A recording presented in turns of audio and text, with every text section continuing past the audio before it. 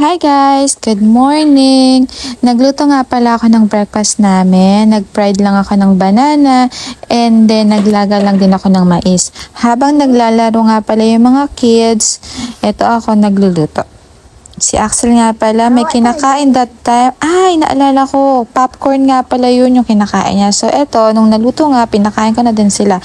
And then yung natira nga pala dun sa mais ay niluto ko na rin for lunch. Na-try nyo na ba lutuin yung mais na white? Tapos yayadya din and then lalagyan lang ng asin and water. Tapos hahaluin lang ng hahaluin hanggang sa lumapat. And then pwede din kayo maglagay dyan ng malunggay or better kung yung ay yung talbos ng talbos ng kalabasa.